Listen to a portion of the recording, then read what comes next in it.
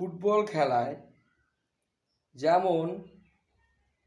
কোনো প্লেয়ার খেলা চলাকালীন অসভ্য আচরণ করে বা মাঠের ভিতরে মারপিট করে, তাহলে কি করে রেফারি তাকে লাল কার্ড দেখিয়ে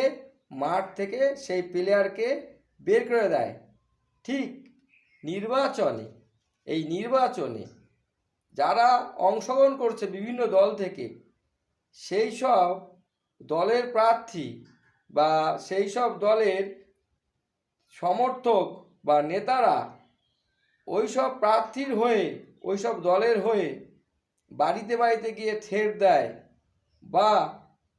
বিরোধী দলের পোস্টার ছিঁড়ে ফেলে,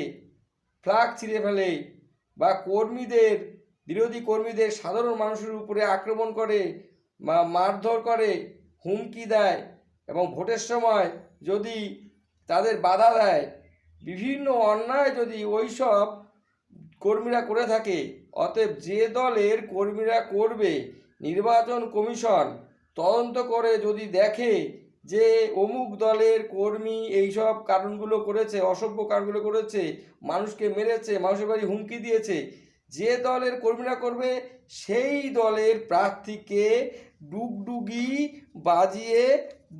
বাজিয়ে একদম নির্বাচনের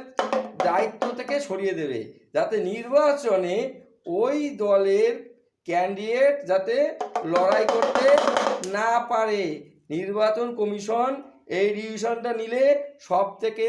ভালো হয়, উচিত শিক্ষা তাহলে হয় ওই সব ক্যান্ডিডেটদের।